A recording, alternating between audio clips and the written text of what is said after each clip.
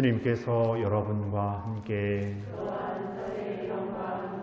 루카가 전한 거룩한 복음입니다.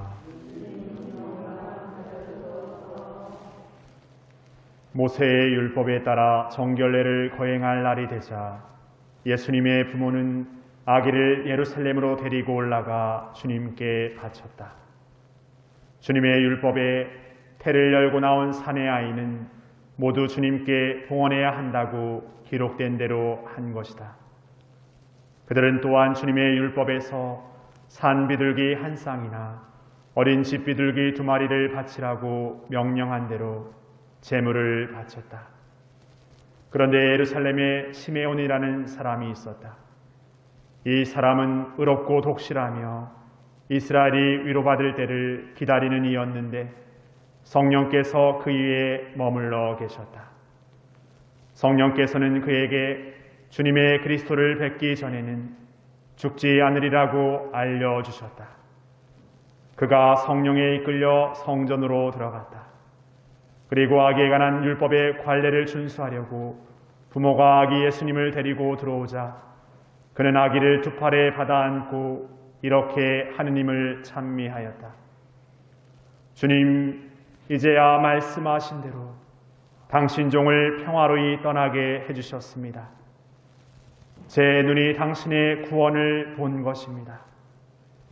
이는 당신께서 모든 민족들 앞에서 마련하신 것으로 다른 민족들에게는 계시의 빛이며 당신 백성 이스라엘에게는 영광입니다. 아기의 아버지와 어머니는 아기를 두고 하는 이 말에 놀라워하였다. 시메온은 그들을 축복하고 나서 아기 어머니 마리아에게 말하였다. 보십시오. 이 아기는 이스라엘에서 많은 사람을 쓰러지게도 하고 일어나게도 하며 또 반대를 받는 표징이 되도록 정해졌습니다. 그리하여 당신의 영혼이 칼에 꿰찔리는 가운데 많은 사람의 마음속 생각이 드러날 것입니다. 한나라는 예언자도 있었는데 푸누엘의 딸로서 아세르 지파 출신이었다. 나이가 매우 많은 이 여자는 혼인하여 남편과 7해를 살고서는 84살이 되도록 과부로 지냈다. 그리고 성전을 떠나는 일 없이 단식하고 기도하며 밤낮으로 하느님을 섬겼다. 그런데 이 한나도 같은 때에 나와 하느님께 감사드리며 예루살렘의 속량을 기다리는 모든 이에게 그 아기에 대하여 이야기하였다. 주님의 법에 따라 모든 일을 마치고 나서 그들은 갈릴레아에 있는 고향 나자렛으로 돌아갔다. 아기는 자라면서 튼튼해지고 지혜가 충만해졌으며 하느님의 총애를 받았다.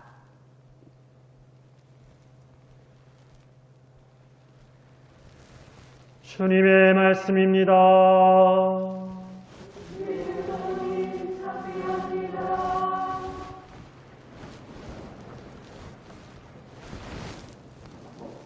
참 예수님, 설 명절 잘 보내고 계십니까? 명절이어서 많은 분들을 이렇게 만나야 하는데 또 한편으로 코로나 때문에 이렇게 그 만남이 이렇게 쉽지 않았던 명절을 우리가 지나고 있습니다. 그러면서 명절을 우리가 보내면서 또 새로운 시작을 또 이렇게 맞으면서 여러 가지로 서로에게 또 복을 빌어주고 또 서로에 대한 마음을 또 새롭게 생각하고 또 서로에 대한 마음 안에서 우리가 또 함께함을 또 생각할 수 있는 것 같습니다. 분명 우리가 이렇게 물리적으로 이렇게 만남이 주는 좋은 어떤 느낌이 있지만 또 한편으로 그 만남의 그 깊은 내면에 있는 우리 서로에 대한 마음이 어떻게 준비되어 있는가가 어떤 때는 더 중요한 것 같습니다. 그러니까 그냥 만나지니까 만났던 삶에서 이제는 우리를 만남은 어떤 만남이어야 되는지에 대해 이렇게 생각해 보게 되는 것 같습니다.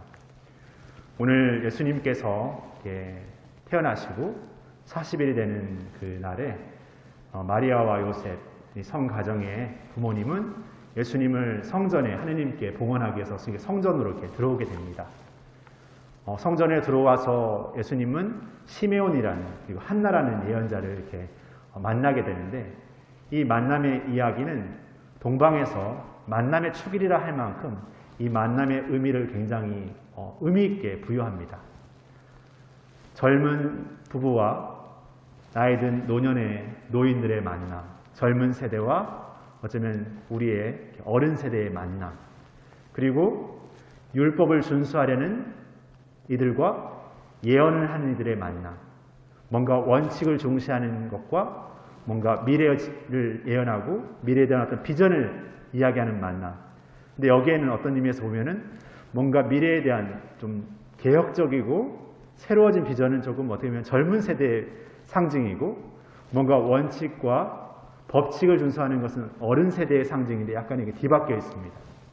그런 어떤 의미도 어떻게 보면 하느님 안에서 그 만남의 어떤 의미와 만남의 모습은 끊임없이 새로워진다는 것, 끊임없이 달라진다는 것.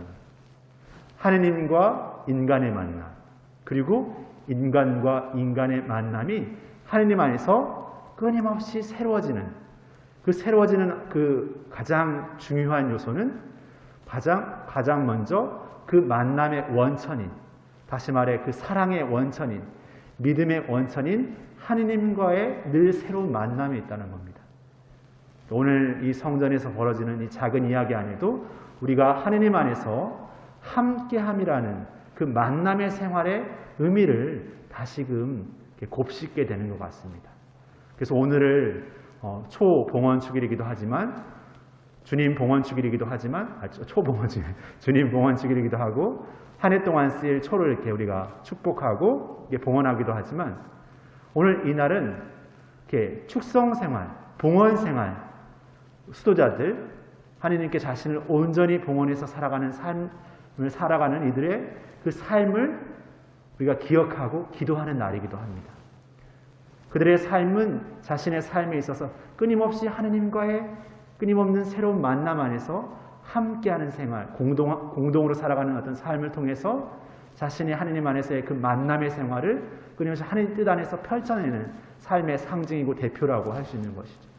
그래서 이날 우리는 우리 자신 모두가 우리의 삶의 자리 안에서 어떤 의미에서 다 모두가 하느님의 뜻을 살고 봉헌하는 삶을 살고 있지만, 특별히 자신을 오롯하게 이렇게 서원으로 이렇게 봉헌한 축성생활자들을 기억하면서 그 삶을 통해서 세상의 어둠에 빛을 비춰나가는 그 하나님 뜻 따름의 삶이 바로 우리의 안에서 펼쳐질 수 있도록, 우리 안에서 오롯하게 이루어질 수 있도록 기도하고 바라는 그런 날이기도 합니다.